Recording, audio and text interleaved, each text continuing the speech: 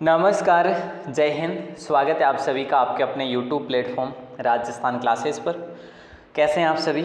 उम्मीद करता हूँ आप सभी अच्छे होंगे, स्वस्थ होंगे और अपनी तैयारी को ऊंचाइयाँ दे रहे होंगे। बिल्कुल दोस्तों, अपनी तैयारी को बेहतरीन रखिए। बेहतरीन रखेंगे तो रिजल्ट भी बेहतर आएगा। ठीक है, वनपाल वन रक्षक के लिए दोस्तों ये जो आज हम पढ़ने वाले हैं ये अपना टॉपिक है मृदा।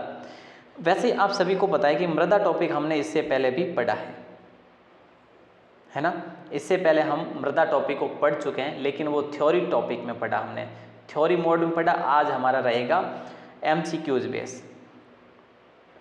ठीक है, तो बिल्कुल इंपॉर्टेंट ये आज की क्लास होगी आपके लिए। मृदा टॉपिक जो है आज यहाँ पे आपका खत्म हो जाएगा।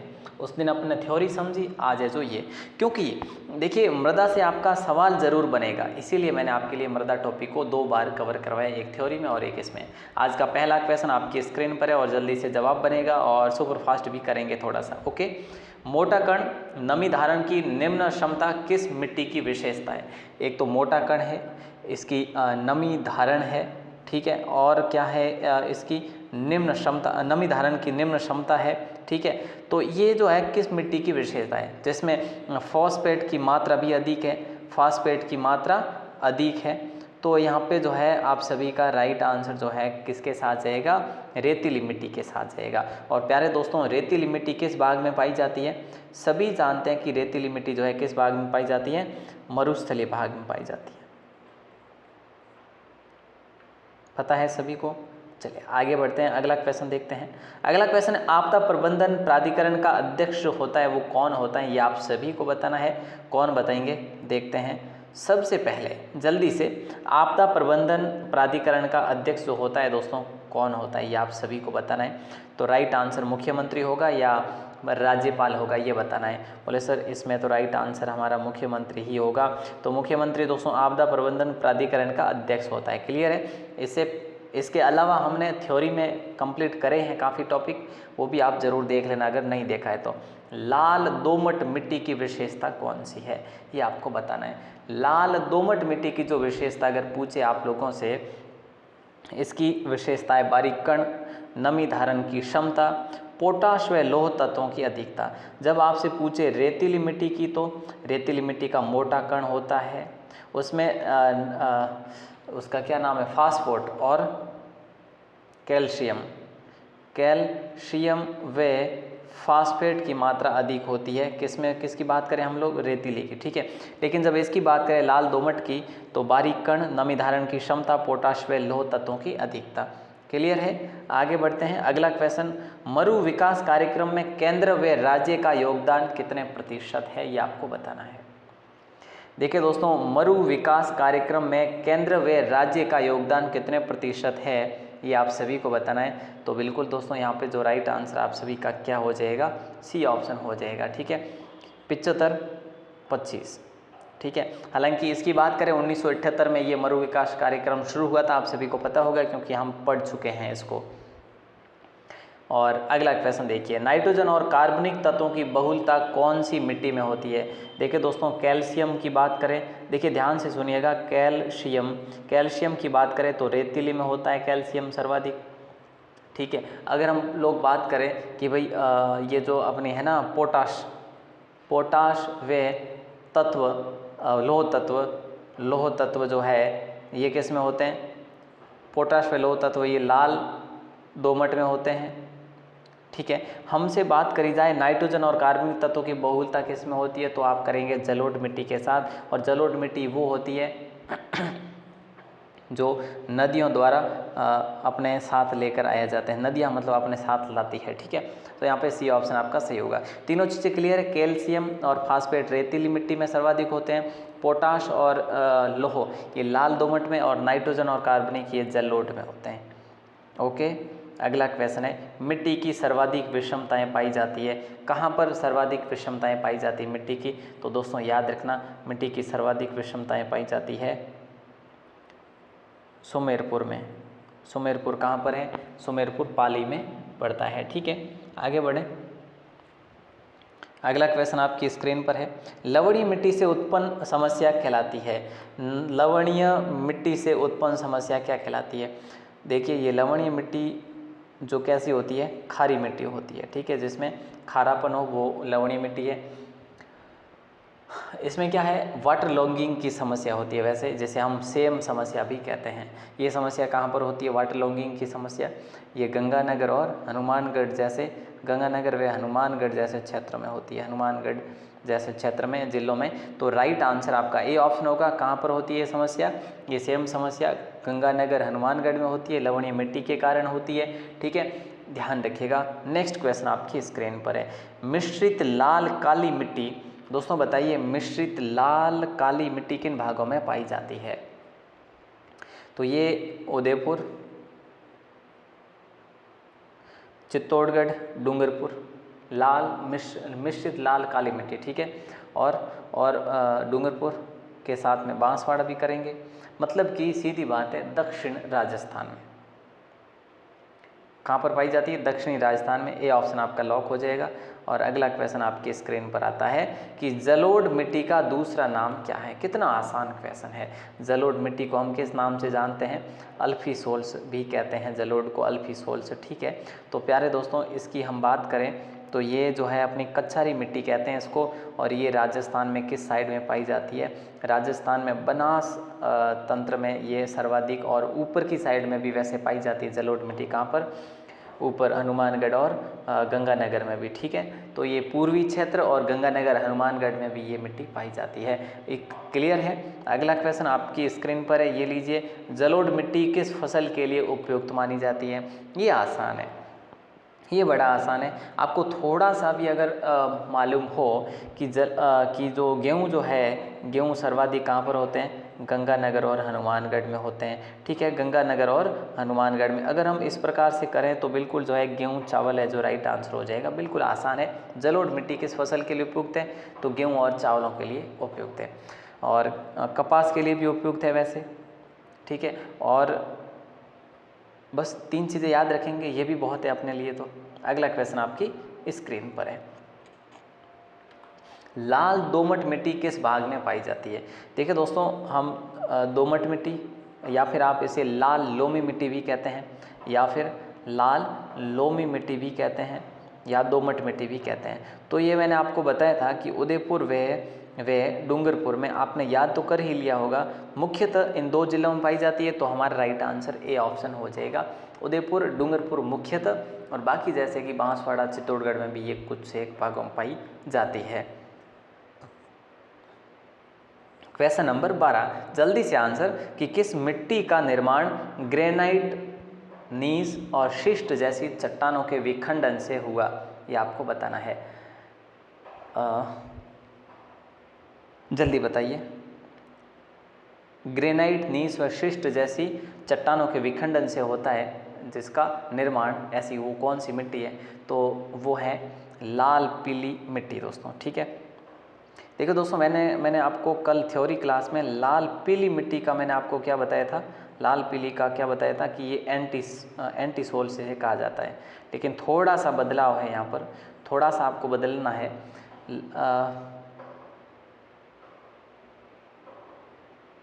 इसमें बदलना ये है, वैसे चलो अपन आगे क्वेश्चन में ही इसको सॉल्व करेंगे, ठीक है। लेकिन बदलना ज़रूर है, इसको आप याद नहीं करेंगे, इसको आप जो एक बार इग्नोर करेंगे। लाल पीली नहीं है इसमें, ठीक है। तो मिश्रित लाल पीली यहाँ पर जो है आपका राइट आंसर ये होगा।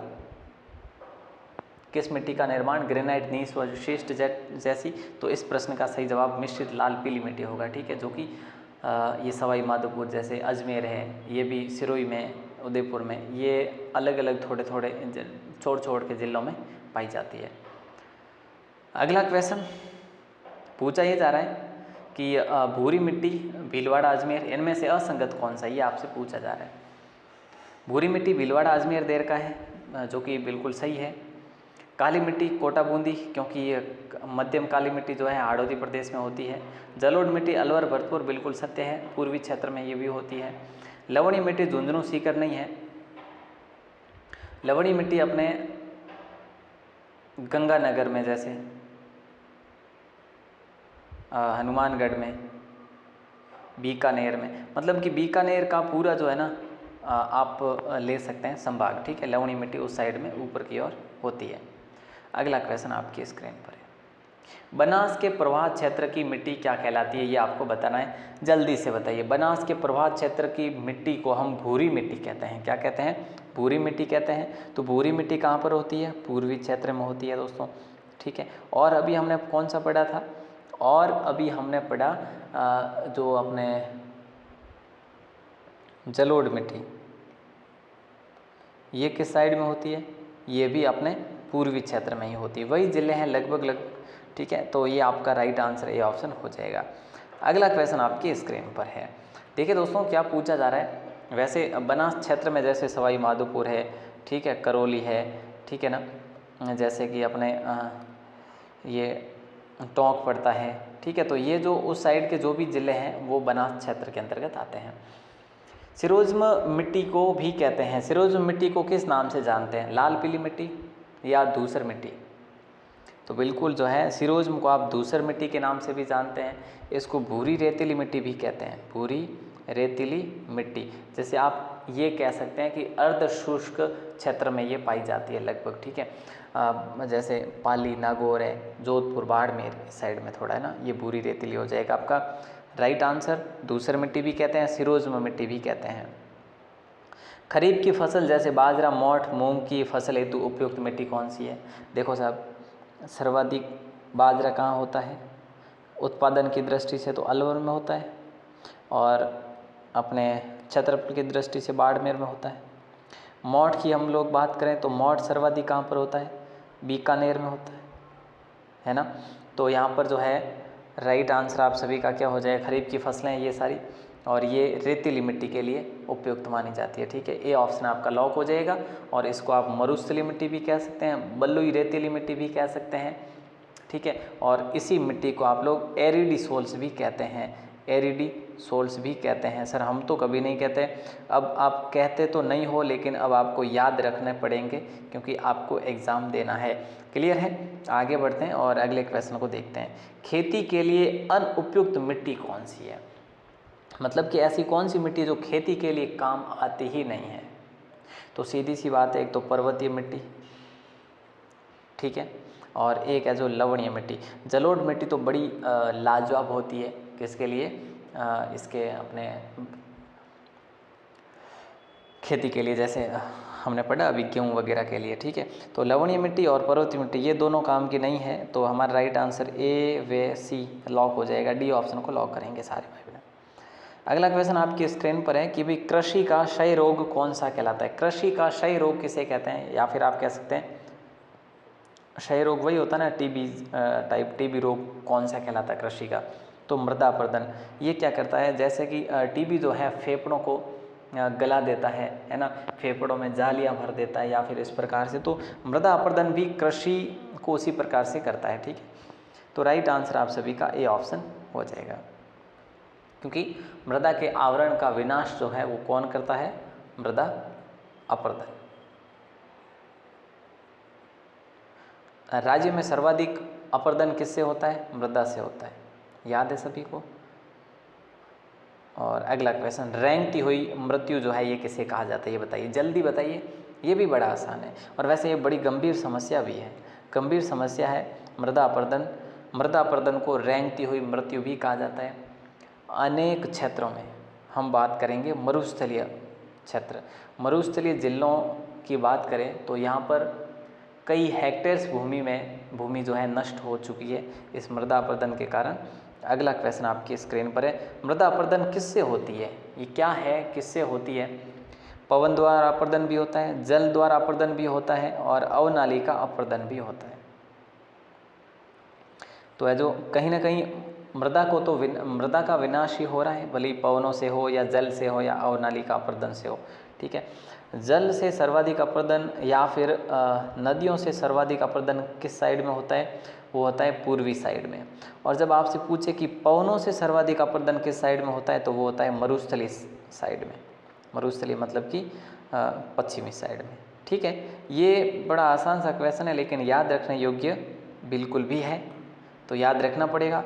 इंसेप्टिसोल्स मिट्टी जो है ये कौन से क्षेत्र में पाई जाती है, ये आपको बताना है।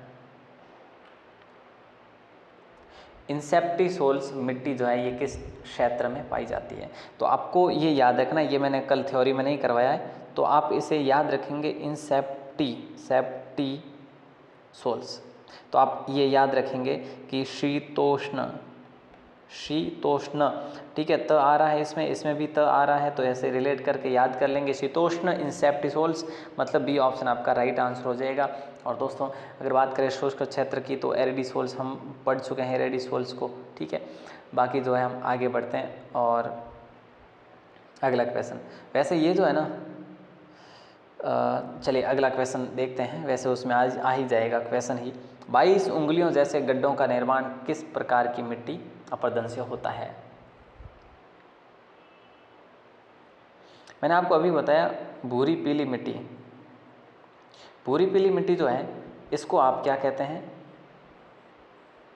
एंटीसोल्स कहते हैं, ठीक है। मैंने आपको कल बता दिया था लाल पीली मिट्टी, तो वो नहीं है, भूरी पीली मिट्टी जो है ये याद रखना आप लोग। उंगलियों जैसे गड्ढों का निर्माण किस प्रकार के मिट्टी अपरदन से होता है, पवन, रील या शुद्र सरिता अपरदन या अवनालिका अपरदन या इनमें से कोई नहीं। तो यहाँ पे आपका राइट आंसर होगा बी ऑप्शन, ठीक है। ये मृदा की सतह पर जल के प्रवाह से मतलब वो गड्ढों का निर्माण करता है, शुद्र सरिता अपरदन, ठीक है। अगला क्वेश्चन है गग्गर मैदान में किस प्रकार की मिट्टी पाई जाती है, ये आप लोग बताएंगे। गग्गर मैदान में किस प्रकार की मिट्टी पाई जाती है और गग्गर का मैदान कहाँ पर है, बोले सर हनुमानगढ़ और गंगानगर में है, ठीक है। तो यहाँ पे पूरी मटियार मिट्टी पाई जाती है और यहाँ पर दोमट मिट्टी भी पाई जाती है नॉर्मल में, ठीक है। और आगे बढ़ते हैं, आइए अगला क्वेश्चन आपकी स्क्रीन पर ये लीजिए, एरिडिसोल्स मिट्टी किस भाग में पाई जाती है। मैंने अभी इसके बारे में भी आपको बता दिया कि एरिडिसोल्स जो मिट्टी है ये रेतीली मिट्टी को ही आप कह सकते हैं, क्योंकि शुष्क जलवायु में जो भी मिट्टी है ना वो सारी एरिडिसोल्स ही कहलाती है। ये जो है ना ये एरिडिसोल्स, एंटीसोल्स, ये 5 प्रकार की मिट्टी है। वर्टिसोल्स, ठीक है, इंसेप्टिसोल्स ज़्यादा नहीं है, और इंसेप्टिसोल्स को मेरे हिसाब से आई मिट्टी भी कहते हैं, ठीक है। आगे बढ़े, अगला क्वेश्चन देखते हैं, लूणी बेसिन में कैसी मिट्टी पाई जाती है। लूणी बेसिन में कैसी मिट्टी पाई जाती है, तो लूणी बेसिन आप सभी जानते हैं कि लूणी नदी 6 जिलों में बहती है, अजमेर से निकलती है लूणी नदी, ठीक है। यहाँ से यूँ होते हुए जो है ये आगे कच्छ के रण में चली जाती है, ठीक है। लेकिन आपको ये ध्यान रखना है कि यहाँ पर भूरी रेतीली मिट्टी पाई जाती है, ठीक है।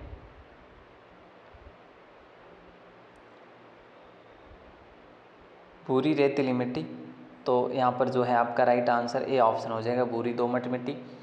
और लाल व काली मिट्टी की बात करें तो ये चंबल और माई क्षेत्र में पाई जाती है। जलोढ़ मिट्टी की बात करें तो ये पूर्वी साइड में है ही, वैसे आप सबको पता है, ठीक है। आगे बढ़ते हैं, अगला क्वेश्चन, मृदा अपरदन का कारण क्या है। मृदा अपरदन का कारण क्या है, वनों का विनाश, ये भी सही है। अत्यधिक पशुचारण, ये भी सही है। अविवेकपूर्ण कृषि, ये भी सही है। तो प्रमुख कारण, सारे के सारे प्रमुख कारण ही है। हालांकि मृदा के मुख्य सर्वाधिक जो अपरदन होता है वो वायु से होता है, वायु अपरदन, ठीक है। वायु से मृदा का अपरदन होता है, लेकिन यहाँ पे जो ये कथन है ना ये सारे के सारे सत्य कथन है। अगला क्वेश्चन आपकी स्क्रीन पर है, जल द्वारा मिट्टी का अपरदन सर्वाधिक किस साइड में होता है। मैंने आपको बता दिया वायु से मरुस्थल में होता है, और दक्षिण पूर्वी जिलों में किससे होता है, जल द्वारा मिट्टी का अपरदन सर्वाधिक होता है, क्योंकि वहाँ पर नदियाँ ज़्यादा हैं। सर्वाधिक अवनालिका अपरदन भी उसी साइड में होता है क्योंकि वहाँ पर नदियाँ ज़्यादा है, और सर्वाधिक अवनालिका अपरदन किससे होता है, चंबल नदी से होता है। क्लियर है। अगला क्वेश्चन आपकी स्क्रीन पर नंबर 28, यूँ पूछा जा रहा है, गंगानगर में पाई जाने वाली मृदा जो है वो कौन सी है। साइरोजेम्स, रेवेरिना, मरुस्थली मृदा, उपरोक्त सभी।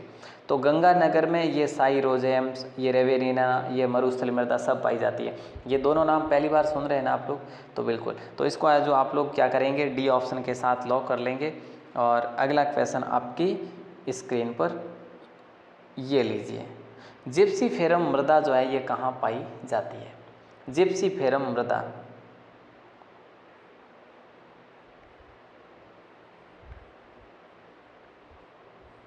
जिप्सीफेरम मृदा जो है दोस्तों ये बीकानेर में पाई जाती है, याद रखिए। अगला क्वेश्चन है, जिस मिट्टी में कोई पौधा नहीं उगता उस मिट्टी को हम कहते हैं। जिस मिट्टी में कोई पौधा उगता ही नहीं है उस मिट्टी को हम अनुर्वर मृदा कहेंगे। उर्वर तो कैसे कहेंगे, है ना, अनुर्वर कहेंगे क्योंकि जिसमें कोई उर्वर जैसा होता ही नहीं है, कोई बीज पनपता ही नहीं है, तो उर्वर में तो बीज पनपेगा बिल्कुल। तो यहाँ पे जो है राइट आंसर आपका ए ऑप्शन। इतना आसान सा क्वेश्चन था आपका। इसे ऊसर मृदा भी कहते हैं। ऊसर मृदा